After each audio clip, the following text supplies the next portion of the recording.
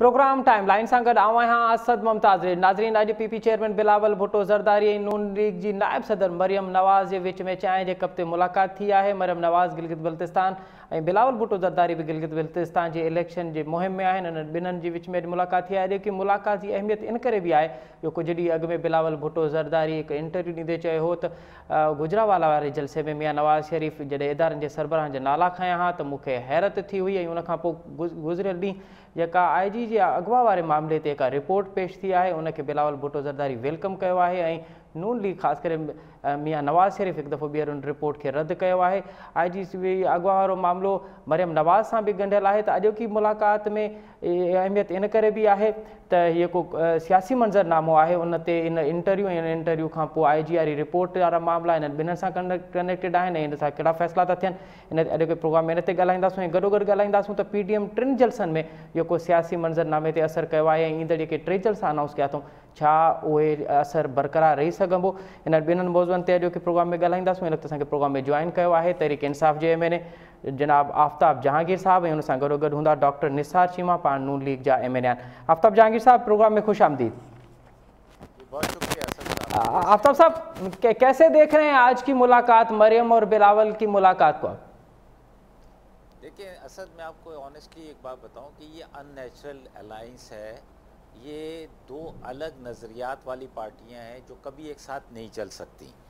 ये वक्ती तौर पर इन्होंने आपस में अलायंस किया है कि जी हमें किसी तरह भी इस मौजूदा हुकूमत से जान छुड़ानी है।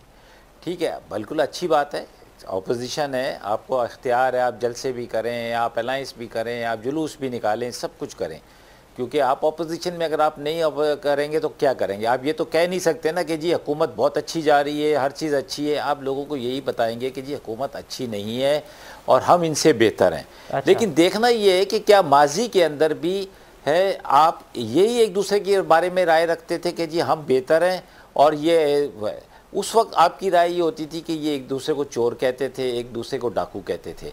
लेकिन आज आप देखें कि गिलगित बिल्तिस्तान में क्या हुआ। गिलगित बिल्तिस्तान में नून लीग का जलसा था, मरियम नवाज साहबा बैठी हैं स्टेज पर और वहाँ पर पीपल्स पार्टी के एक लीडर ने खड़े होकर उनसे कहा कि नून लीग के गुंडों ने हम पर हमला किया है, हम पर गोलियां चलाई हैं। आप मुझे बताएं कि ये क्या है। अच्छा, अब जो गिलगित बिल्तिस्तान का इलेक्शन है वो एक्चुअली इलेक्शन तो पीपल्स पार्टी और नून लीग का है, क्योंकि वो दोनों वहाँ हुकूमत कर चुके हैं। वो दोनों एक दूसरे को की परफॉर्मेंस के ऊपर गुफ्तगू करें। हमें तो मौका ही नहीं मिला, हमें तो मौका मिलेगा। हम वहाँ पर जाएंगे, अगर हमें वहाँ की आवाम ने वोट दिया और हम मुंतखब हुए तो हम अपनी परफॉर्मेंस देंगे, हम अपना कारकर्दगी दिखाएंगे, तो अगली दफ़ा में वो हमारी कारकर्दगी के ऊपर भी गुफ्तगू करेंगे। लेकिन वो बात कर रहे हैं आफ्ताब साहब आपने गिलगित बिल्तिस्तान का जिक्र किया, तो मरियम तो अपने जलसे में, अपने जुलूसों में ये बार बार अपनी तकारीर में ये बावर करा रही है कि वफाकी हुकूमत तो जाने वाली है, अगर वफाकी हुकूमत वहाँ चली गई, यहाँ आएगी तो उसका कोई फ़ायदा नहीं होगा। क्या वाकई वफाकी हुकूमत जाने वाली है और इतनी कॉन्फिडेंस है ये नून लीग, स्पेशली तौर पर मरियम नवाज़ ये कैसे कह रही है कि आपकी हुकूमत ख़त्म होने वाली है? अच्छा देखिए, ये मैं आपको एक चीज़ बताऊं कि मरियम नवाज़ साहबा जो है, क्योंकि आपने जो एक मेरे साथ साथी दोस्त मेरे लिए, मेरे बुज़ुर्ग मेरे भाई लिए चीमा साहब, वो बहुत ही नफीस आदमी है और मैं उनका बहुत ही मैं पसंद करता हूं उनको। जी जी। तो मैं कोई ऐसी बात नहीं करना चाहता कि जिनसे, लेकिन एक हकीकत है। आप मुझे बताएं कि मरियम साहिबा की किसी बात पर आपको एतबार है? मैं आपसे पूछता हूँ कि मरियम साहिबा, नवाज़ साहब ने यह कहा कि जी मैं तो कोई मुआहदा करके नहीं गया, फिर कहा कि जी मैंने तो 5 साल का मुआहदा किया था, फिर कहा मैंने 10 साल का मुआहदा किया था, फिर कोर्ट के अंदर कहा कि जी मैं 6 हफ्ते के लिए जा रहा हूँ, मैं इलाज करा के वापस आ जाऊँगा।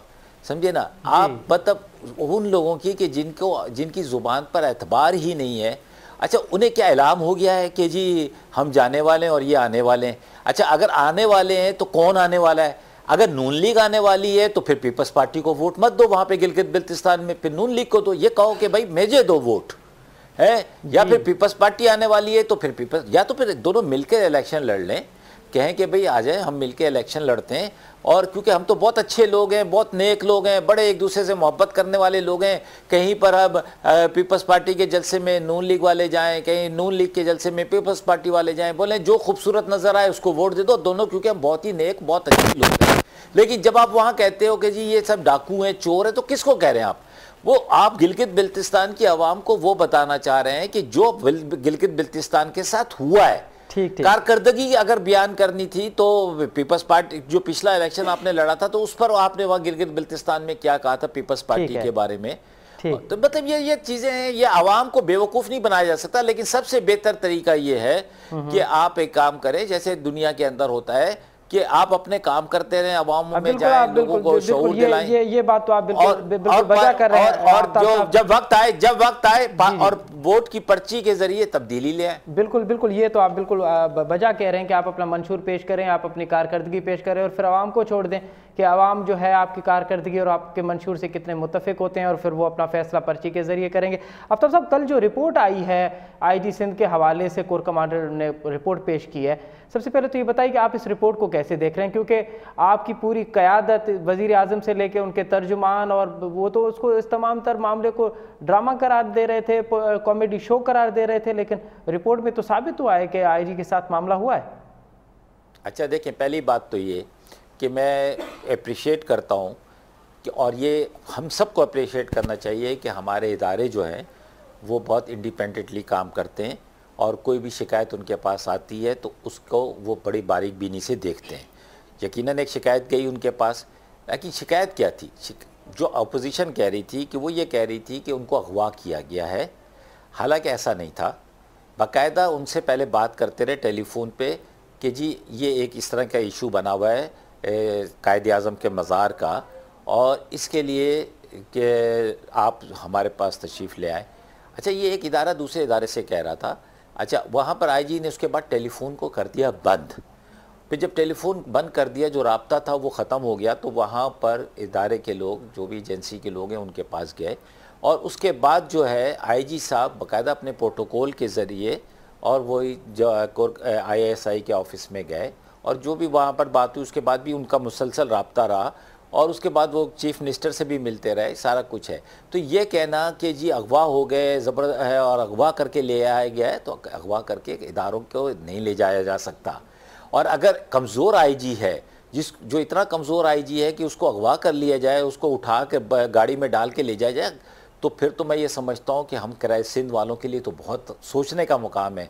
जो अभी हम बड़े मैं तो सलूट करता हूँ अपनी पुलिस को भी और दूसरे इदारों को, क्योंकि वो जागते हैं और हम सोते हैं। तो अब तो हमें जागना पड़ेगा है और हमें अपनी हिफाजत खुद करनी पड़ेगी, क्योंकि हमारे पुलिस जो है, जो सिक्योरिटी इदारे हैं, वो इतने कमज़ोर हैं कि वो तो खुद ही अगवा हो जाते हैं, तो वो हमारी हिफाजत क्या करेंगे। ठीक है, आफ्ताब साहब आप हमारे साथ लाइन पे रहिए। इस वक्त हमें ज्वाइन किया है नून लीग के MNA डॉक्टर निसार चीमा साहब। निसार चीमा साहब, आप इस रिपोर्ट को रद्द कैसे कह रहे हैं कि पहली मरतबा हमने देखा है कि एक इदारे ने तस्लीम किया है कि हमसे गलती हुई है और वो रिपोर्ट भी सामने आई है, उसको ऑफिसर्स को भी अपनी पोजीशन से हटा दिया गया, फिर आपकी पार्टी और मियां नवाज शरीफ रद्द कैसे कर रहे हैं? किस बुनियाद पर आप रद्द कर रहे हैं? चीमा साहब, मेरी आवाज़ आ रही है आप तक? असां जो राब्तो मुनक़ता थियो है डॉक्टर निसार चीमा सां, जीअं असांजो ॿीहर राब्तो बहाल थींदो त असां उन खां पुछंदासीं। आफ्ताब जहांगीर साहब, लेकिन ये जो आपके वज़ीर आज़म साहब और उनके तर्जुमान जो ये बात कह रहे थे कि IG के साथ कोई मामला ही नहीं हुआ और ये पूरी सिंध हुकूमत इस मामले में मुलविस है और वो वफाकी हुकूमत के ख़िलाफ़ एक महाज आराई करने की तैयारी, तो ये आप किस बुनियाद पे कह रहे थे? ताकि रिपोर्ट में तो अब साबित हो गया ना कि IG के साथ मामला तो हुआ है।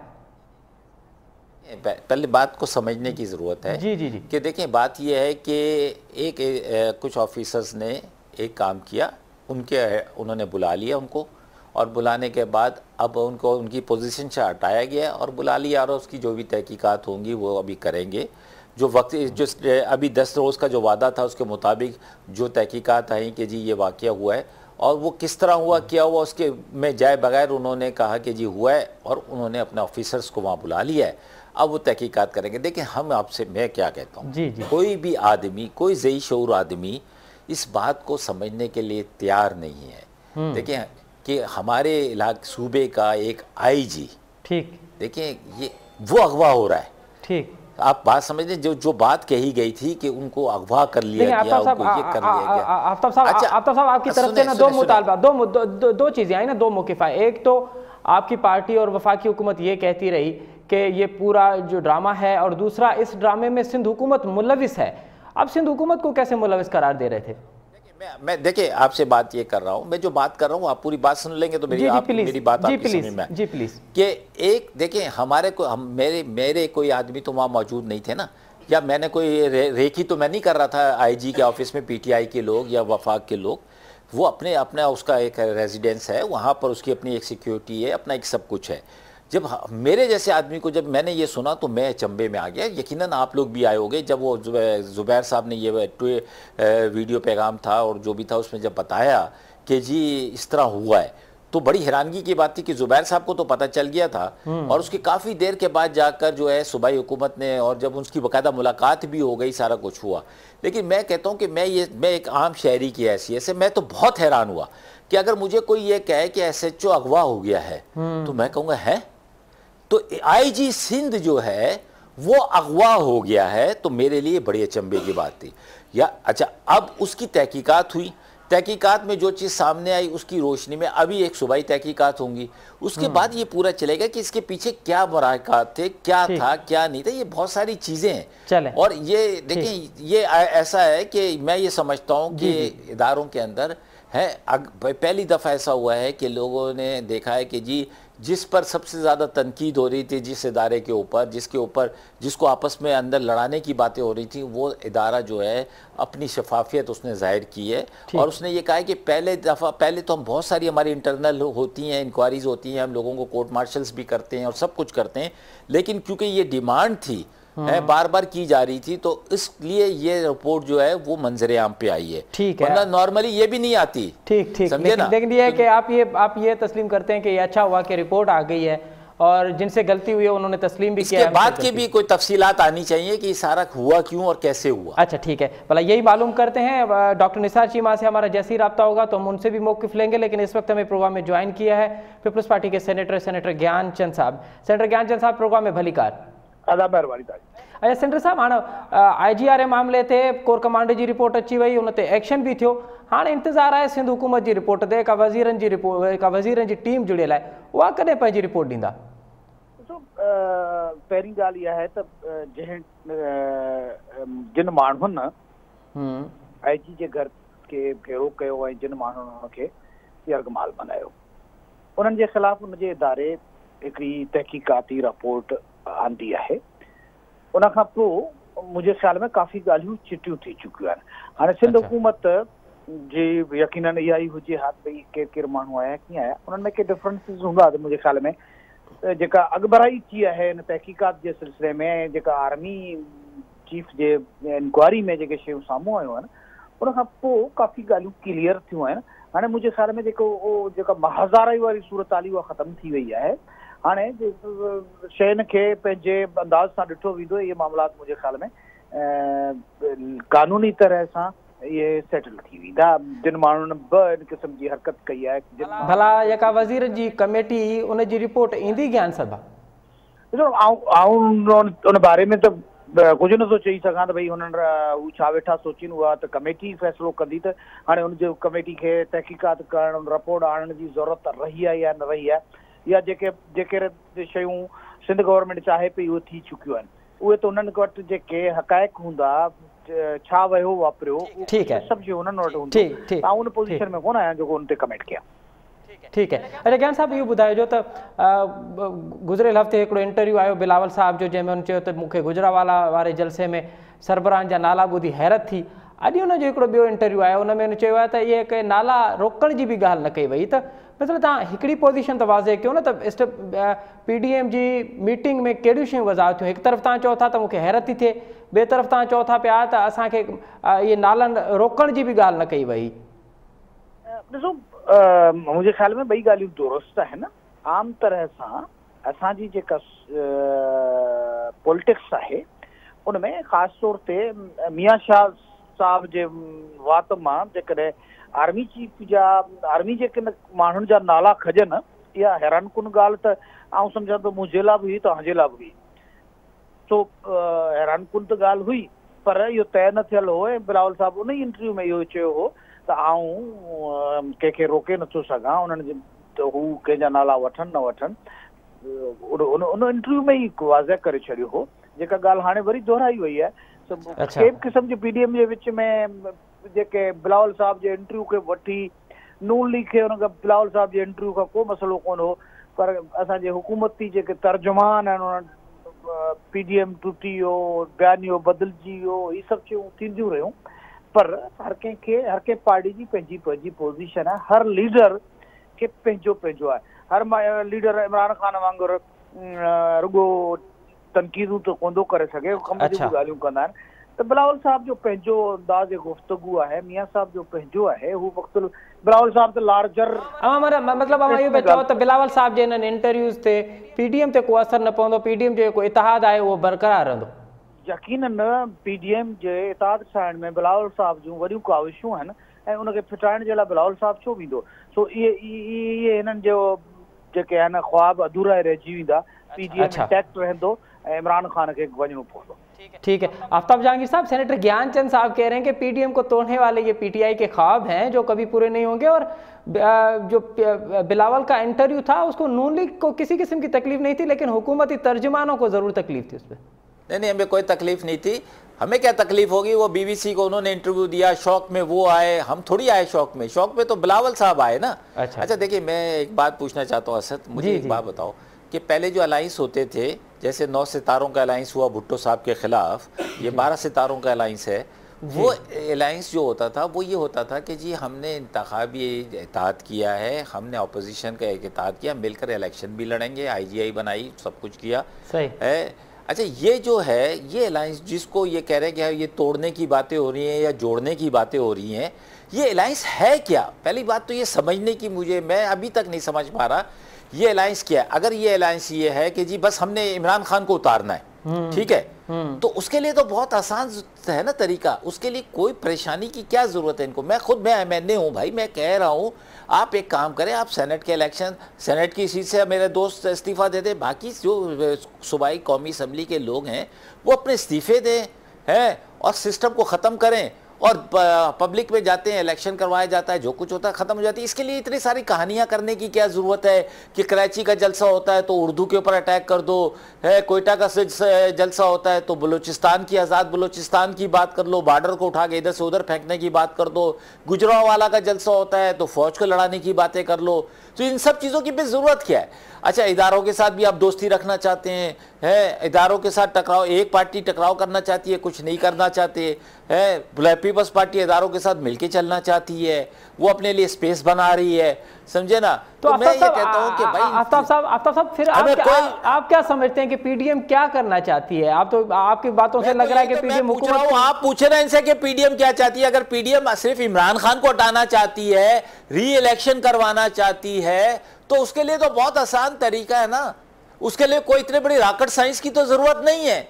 और अगर इसका इनका मकसद कुछ और है कि अभी से हम ये तैयारी करें और हम बताएं कि जी परफॉर्मेंस और चोरी और डाका और महंगाई और ये सब कुछ ये हम तैयारी कर रहे हैं 2023 के इलेक्शन की, अच्छा। तो वो क्या मिलके इलेक्शन लड़ेंगे? क्या फजलुर रहमान साहब इनके प्राइम मिनिस्टर होंगे? क्या होगा? क्या वो पता तो चले कि वो है क्या। और सिर्फ मकसद अगर ये है कि जी इमरान खान को हटाना है, इदारों को जलील करना है, इदारों के खिलाफ बात करनी है और इमरान खान को हटाना है, तो वो तो एक मेरी बात, वो तो उसके लिए तो इतने लंबी चौड़ी टाइम का और सब कुछ की किसी चीज़ की ज़रूरत नहीं है। उसके लिए तो सिंपल बात है, सुबह इस्तीफा दें, बोले ये लो जी स्पीकर साहब इस्तीफे, ये लो जी चेयरमैन साहब सेनेट इस्तीफे, ये लो जी सिंध की हुकूमत से इस्तीफा, ख़त्म कहानी। उसमें कौन सी इतनी बड़ी कहानी है? चलें यही सेनेटर साहब से मालूम करते हैं। सेनेटर ज्ञानचंद साहब, आफ्ताब जहांगीर साहब तो मसलो हल करे ॾिनो आहे, तो अगर इमरान खान खे हटाइणो आहे त ॾाढो सवलो आहे, इस्तीफ़ा ॾियो, सभु शइ सेट थी वेंदी। ॾिसो, इमरान खान खे हटाइण यकीन नहीं चवंदा, इमरान खान खे हटाइण तो PDM जो मुतालबो हिकिड़ो त आहे, पर उनजी प्रायोरिटीज़ में न आहे। मसलो इहो आहे त इमरान खान खे हटाइण तव्हांजी प्रायोरिटी में न आहे। न प्रायोरिटी मां मुंहिंजो मक़सदु इहो आहे त बुनियादी जेका सुवाल आहे वो आहे त पाकिस्तान में रियल डेमोक्रेसी हुजे, कठपुतली वज़ीर आज़म इमरान खान जहिड़ा न अचनि, फेयर एंड फ्री इलेक्शन थियनि, रूल ऑफ लॉ हुजे, जेका इमरान खान में नज़र न पई अचे। हाँ, इमरान खान जी हैसियत बि कहिड़ी आहे? इमरान खान हेॾो जो कराची जो वाक़ो थियो आहे, उन सॼे मुल्क में बहरान मचियल हुयो, इमरान खान खां हिकिड़ी स्टेटमेंट बि कोन आई। इमरान खान उहा हैसियत बि विञाए चुको जो मुल्क जो कोई बि सरबराह वेही हुन सां मुतालबो करे ही जेको आर्मी चीफ नोटिस वरितो इहो प्राइम मिनिस्टर खे वठणु खपंदो त हिकिड़े सूबे जे आर्म्ड फोर्स जे सरबराह जे अगवा थियण जो वाक़ो आयो आहे, हिते हो प्राइम मिनिस्टर। इमरान खान जी वैल्यू उहा बची कोन्हे जेको PDM वेही हुनखे लाहिण या हलाइण जी ॻाल्हि करे। ॻाल्हि इहा आहे त हिन मुल्क जी इस्टेब्लिशमेंट जेके ही कठपुतली सियासतदान पैदा पई करे ऐं उन्हनि खे कॾहिं किथे बि बीहारे किथे बि ॾियनि, इहो कठपुतली वारो नाच ख़तमु थियणु खपे। इहो कीअं ख़तमु थींदो? सेनेटर ज्ञानचंद साहब, इहो कीअं ख़तमु थींदो? अवां इमरान ख़ान खे लाहिण नथा चाहियो, फज़लुर रहमान चवे थो आऊं हिकिड़ो मिंट बि हुनखे क़बूल करण लाइ तयारु कोन आहियां, मरियम चवे थी त उहो पाण ई हलियो थो वञे। पोइ तव्हांजी ॻाल्हियुनि में फज़लुर रहमान ऐं मरियम नवाज़ जे त बिल्कुलु तज़ाद आहे। इमरान खान, मुंहिंजो मक़सदु हो त इमरान खान जी उहा अहमियत कोन्हे। बुनियादी अहमियत आहे त fair and free election, democracy, parliamentary supremacy, civilian rule of law, जेको सिविलियन सुपरमेसी ऐं कॉन्स्टिट्यूशन में जेके रोड मैप न लाइ उन ते हुकुमराननि जो हलणु ऐं सभिनी इदारनि जो हलणु, बुनियादी शयूं थी आहिनि। उन्हनि में इमरान खान जी वॾी एॾी अहमियत कोन्हे को, पर वज़ीर आज़म जे उहिदे ते केर बि वेठो हुजे, पर उहो त जेकर कठपुतली हुजे त उनजी का हैसियत नथी बचे। बुनियादी शइ इहा आहे त इलेक्टेड वज़ीर आज़म जी हैसियत हुजणु खपे, हू हर मामले में पब्लिक सां गॾु बीठल हुजे, हू कॉन्स्टिट्यूशन जो कस्टोडियन हुजे। ईअं न हुजे त हिकिड़े दफ़ा रुगो अपोज़िशन ते तनक़ीद कजे, मुल्क जे माण्हुनि जे हालात ते वज़ीर आज़म खे को बि न हुजे, हू सिर्फ़ु ऐं सिर्फ़ु वेही तनक़ीदूं करे, हू पंहिंजे तर्जमाननि जूं मीटिंगूं करे, पर महांगाई ते मीटिंगूं न करे, हू बग़ैर सोचण सम्झण जे ऐलानात कंदो वठे, उन ते अमल करण जे टाइम ते यू टर्न वठी वञे। छा मुल्क जा सरबराह स्टेट्समैन ईअं थींदा आहिनि?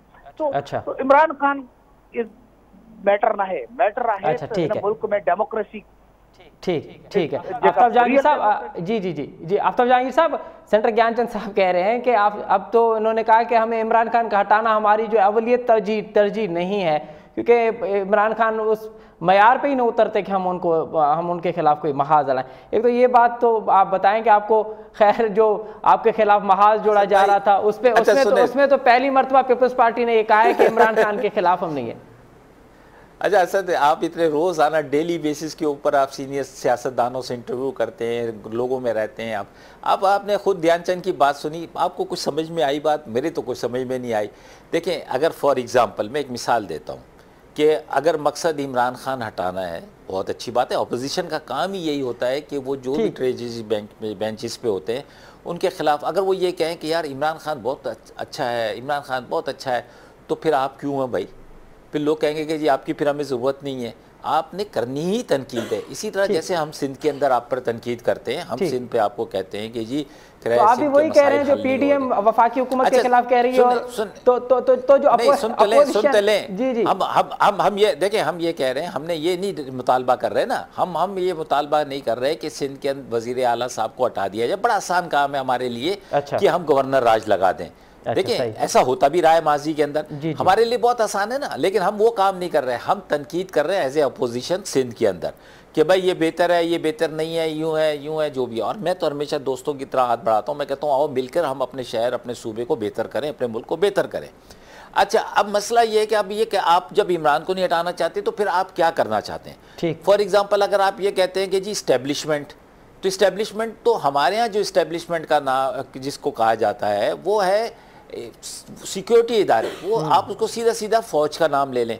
आप कहोगे कि जी फौज का, तो उसके लिए देखिए कानून साजी अगर इलेक्शन के अंदर फेयर इलेक्शन करवानी है तो उसके लिए कानून साजी आपको पार्लियामेंट के अंदर करनी है, आपको बहस पार्लियामेंट के अंदर करनी है। आफ्ताब साहब आपकी तमाम तर बातें बजाएं, ये हमने ये भी देखा है कि तारीख में पहली मरतबा ऐसा हुआ है कि कोई हुकूमत आई हो, उसके साथ इस्टेब्लिशमेंट भी एक पेज पे हो, उसके साथ अदलिया भी एक पेज पे हो, उसके साथ दीगर इदारे भी एक पेज पे हो, और सबसे बड़ी बात कि आप बकौल आपकी हुकूमत के और आपके भी कि अपोजिशन जो है वो भी मुंतशिर आपको नज़र होती आ रही है। अपोजिशन JUI का एक नैरेटिव है, PMLN का एक नैरेटिव है, पीपल्स पार्टी का नैरेटिव अभी आपने सुन लिया, उसके बावजूद भी आपसे डिलीवर क्यों नहीं हो रहा? आप खुद बता दें कि महंगाई से आपसे कंट्रोल नहीं हो रहा, दीगर इदारे वर्क नहीं कर रहे, इसका क्या सबब है? बिल्कुल देखिए, अच्छा असद भाई देखें, ये बिल्कुल आपकी बात बजा है। देखिए ये है सवाल असल कि आपका सवाल ये होना चाहिए, ऑपोजिशन का ये सवाल होना चाहिए कि भाई ये महंगाई कंट्रोल क्यों नहीं हो रही। तो अगर हमारे पास नहीं है कोई फार्मूला, अगर आपके पास फार्मूला है तो आप पार्लियामेंट में आए, खड़े हो। चले ये अपोजिशन का मामला के अंदर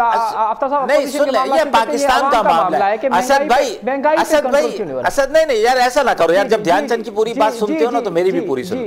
ये देखें, ये पाकिस्तान का मामला है, ये ना ऑपोजिशन का मामला है, ना मेरा मामला है, ट्रेजरी बेंचेस का मामला नहीं है, ये पाकिस्तान का मामला है कि आपको भी लोगों ने मुंतखब करके भेजा है, मुझे भी लोगों ने मुंतखब करके भेजा है। आप बताएं कि जी ये इक़दामात किए जाएं तो मुल्क के अंदर बेहतरी आएगी, और फिर लोग देखेंगे कि यार देखो पीपल्स पार्टी ने ये अपनी राय दी है, नून लीग ने अपनी राय दी है, मौलाना फजलुर रहमान ने अपनी राय दी है, और इस पर अमल किया गया है तो बेहतरी आई है, और या इस पर अमल कर लिया जाए तो बेहतरी आएगी, ताकि जब आइंदा आप जब लोगों के पास जाओ तो वही आपका नैरेटिव हो कि देखें हम तो पार्लियामेंट में हमने इनको पूरा टाइम दिया। हाँ, अगर आपको ये बुरा लगता है, मैं जैसे समझता हूँ कि जी कि 5 साल एक बहुत बड़ा अरसा लगता है किसी भी हुकूमत के लिए, तो हम कानून साजी ऐसे करें कि हम उसको कहें भाई हम 4 साल कर लेते हैं अमेरिका की तरह, ये कहीं भी। लेकिन क्या है कि हमें देना पूरा टाइम चाहिए, जैसे कि पीपल्स पार्टी को पूरा टाइम मिला, जैसे कि नून लीग को पूरा टाइम मिला, उसके बाद आवाम ने उन्हें रिजेक्ट किया। हमने देखें इसे, तो आप वो जो भी पार्टी हो, चाहे वो पीटीआई हो या कोई भी हो, वो आए अपना टाइम पूरा करे, और अपने अगर आवाम उनका फैसला करे, यही जमहूरियत, इसी को अगर आप कहेंगे इसी तरीके से जमहूरियत आगे तसलसल में चलेगी तो ये मुल्क भी दूसरी दुनिया की तरह है, इसके अंदर भी ये सब कुछ नहीं होगा। अगर आप लोगों के बहुत बहुत शुक्रिया आफ्ताब जहांगीर साहब, सेनेटर ज्ञानचंद साहब हमें वक्त देने के लिए। नाज़रीन ते वठंदा नंढी साई साई खां पूरी प्रोग्राम में ॿीहर हाज़िर थींदासीं।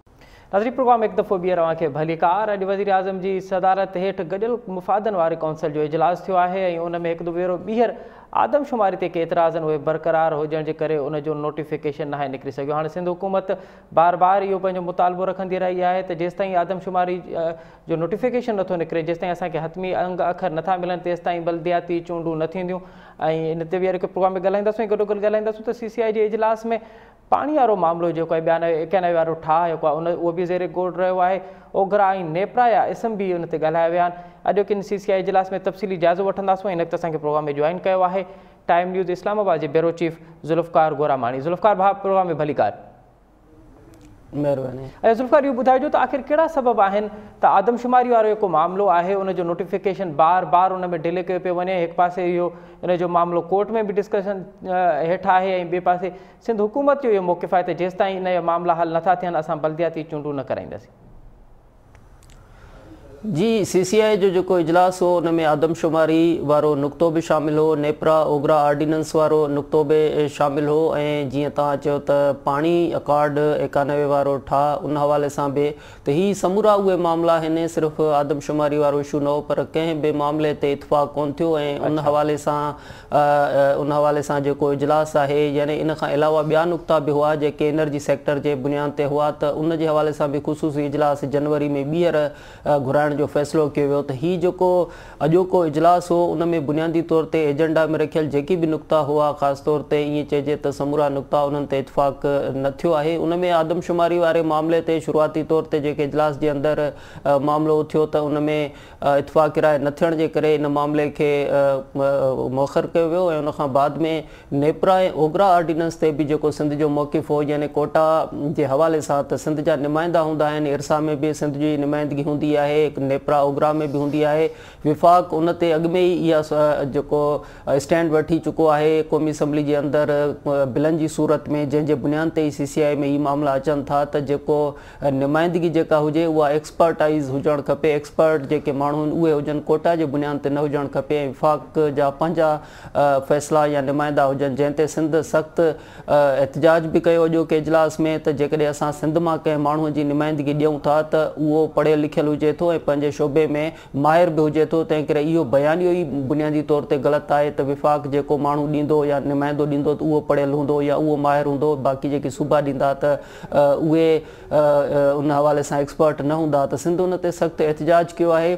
जेसिताईं आदमशुमारी जो इशू आहे त उन ते इतफ़ाक़ राय न थी सघियो आहे ऐं आदमशुमारी जे मामले ते विफ़ाक़ खे सूबनि खे जेके पंहिंजा पंहिंजा तहफ़्ज़ात आहिनि उहे बरक़रार रहिया। उन बुनियाद ते जीअं तव्हां चयो त इलेक्शन कमीशन में बि सिंध हुकूमत ऐं पीपुल्स पार्टी अलॻि हिकु मौक़िफ़ अख़्तियार कयो आहे त जेसिताईं आदमशुमारी जा नतीजा ज़ाहिर नथा कया वञनि, यानी अॼु जेको नोटिफिकेशन एक्सपेक्टेड हो त निकिरंदो, ज़ाहिर एक्सपेक्टेशन ईअं त कोन हुई, उन ते इतफ़ाक़ राय थींदे नज़र न पिया आयो, पर उन बुनियाद ते ई इहो त इलेक्शन कमीशन खे चयो त जेसिताईं उहो नोटिफिकेशन न ईंदो तेसिताईं बल्दियाती इलेक्शन थी न सघंदी। ऐं उन हवाले सां ख़त बि लिखिया विया हुआ ऐं उहे जेकी तहफ़्ज़ात आहिनि। ज़ुल्फ़िकार, अवां हिन ते रिपोर्ट बि कंदा रहिया आहियो ऐं अवां पंहिंजे प्रोग्रामनि में बि हिन जो ज़िक्र कंदा रहिया आहियो। ॿुधायो त बुनियादी सबबु कहिड़ो आहे जो आख़िर नोटिफिकेशन 3 साल थी विया आहिनि बल्दियाती इलेक्शन आदमशुमारी वारे मामले खे, उन जो नोटिफिकेशन छो नथो निकिरी वञे, सबबु कहिड़ा आहिनि? ॾिसो, जॾहिं ही आदमशुमारी जो मामिलो साम्हूं आयो तॾहिं बि आर्ज़ी बुनियादनि ते इहा ॻाल्हि साम्हूं आई हुई त बाई इलेक्शन थियनि पिया या इलेक्शन थियनि पिया, तंहिं करे तव्हां इन खे आर्ज़ी बुनियादनि ते इन खे क़ानूनी हिकिड़ी सतह ॾियो या क़ानूनी तौर ते कवर ॾियो ऐं उनखां पोइ ही मामला जेके तहफ़्ज़ात आहिनि यानी उहा डिलिमिटेशन वारा मामला बि उन में शामिलु हुआ ऐं उनखां पोइ विफ़ाक़ी सतह ते सूबाई सतह ते जेके मामला हुआ आदमशुमारी जे हिसाब सां उहे उन वक़्तु ई एड्रेस न थी सघिया हुआ। सिर्फ़ु ऐं सिर्फ़ु इलेक्शन कराइण जे हवाले सां उनखे हिकिड़ो क़ानूनी कवर अप ॾिनो वियो, जंहिंखां पोइ इनखे क़ौमी असम्बली में मामले खे वञिणो हो ऐं उनजी क़ानून साज़ी थियणी हुई। त सिर्फ़ु हिकु नुक़्ते जे बुनियाद ते इहो मामिलो अॻिते वधियो ऐं जंहिंखां पोइ जेको हींअर ताईं यानी हींअर बि जेका बल्दियाती इलेक्शन कराई पई वई त उनजो बुनियाद इहो ई वरितो पियो वियो त उनखे उन बुनियाद ते ई वरितो वञे जीअं क़ानून साज़ी अॻु में थी, पर उन ते सिंध हुकूमत या पीपुल्स पार्टी इलेक्शन कमीशन खे ख़त बि लिखियो त ही नए सिरे सां तव्हां उनजो जेको नोटिफिकेशन आहे क़ानूनी तौर ते उहो जेसिताईं जारी न थींदो त इनखे पुराणे बुनियाद ते नथो हलाए सघिजे। त हीउ उहो ई मामिलो आहे जंहिंखे हिननि रोके छॾियो आहे ऐं जंहिं बि हवाले सां पंहिंजी पार्टियुनि जा ऐं सूबाई सतह ते जेके एतिराज़ आहिनि, डिलिमिटेशन कमेटी मुख़्तलिफ़ जेके एतिराज़ आहिनि उहे साॻी जॻह ते बरक़रार आहिनि ऐं उन जे हवाले सां कंहिं बि क़िस्म जो को बि क़दम न आहे खयो वियो। अच्छा, पाणी जे हवाले सां बि हिकु पाणी जो इशू बि ज़ेरे बहस रहियो, त उन में का अॻु भराई थी आहे त छा सिंध हुकूमत उन ते पंहिंजो कोई स्टैंड वरितो आहे त 91 जे ठा मुताबिक़ सिंध खे त पाणी न पियो मिले, पर उन ते को सिंध हुकूमत जे वॾे वज़ीर उन ते कुझु ॻाल्हायो?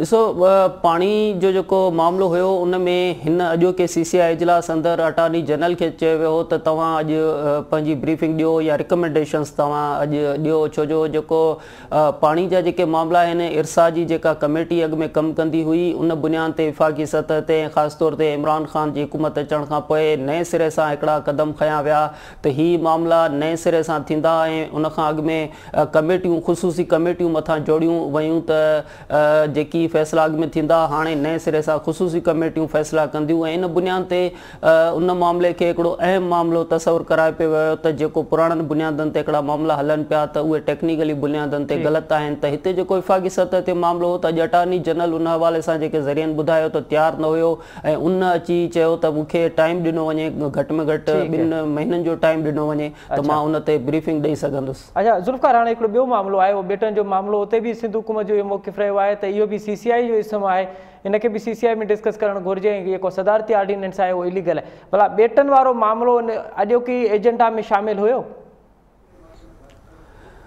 जी ॾिसो, जेको गुज़िरियल ॾींहुं कैबिनेट जो जेको इजलास थियो हुयो वज़ीर आज़म जी सदारत हेठि, उन में त साहिली पट्टियुनि जे ग्रांट जी मंज़ूरी वारा मामला हुआ ऐं उन में उहो नुक़्तो शामिलु हो, पर अॼु जेको CCI जो इजलास जेको हुयो उन में बुनियादी तौर ते मूं जीअं ॿुधायो त जेकी बि एजेंडा ते बुनियादी तौर ते जेके प्रायोरिटाइज़ थियल हुया त हिननि एजेंडा ते ॻाल्हायो वेंदो, उन ते इतफ़ाक़ ई कोन थियो ऐं उन करे उनखे जनवरी ते ॿीहर CCI जे इजलास में रखियो वियो आहे। इहो बि चयो आहे अॼु वज़ीर आज़म जे तरफ़ां त सिंध जा जेके ख़दशा आहिनि उहे दूरि कया वञनि, ख़ासि तौर ते नेपरा ऐं ओगरा वारनि मामलनि ते बि जेके ख़दशा आहिनि उहे दूरि कया। वॾी महिरबानी ज़ुल्फ़िकार असांखे वक़्तु ॾियण जी। नाज़रीन, नवां टाइम न्यूज़ जे ब्यूरो चीफ ज़ुल्फ़िकार जो अॼु CCI जे हवाले सां पंहिंजो तजुर्बो ॿुधो। उन्हनि जो चवणु आहे त इहो जेको आदमशुमारी वारो मामिलो आहे उहो बार बार डिले पियो थिए, उनजो नोटिफिकेशन अॼोके इजलास में न निकितो आहे ऐं जेको ईंदड़ CCI जो इजलास आहे उहो जनवरी 2021 में थींदो। उमीद था करियूं त उन जेको इजलास थींदो उन में इहे तमामु तर मामला हल थिया। अॼोके इन प्रोग्राम जो वक़्तु पंहिंजी पुॼाणी ते पहुचे थो। असद मुमताज़ रेड खे ॾींदा इजाज़त। अला भाई।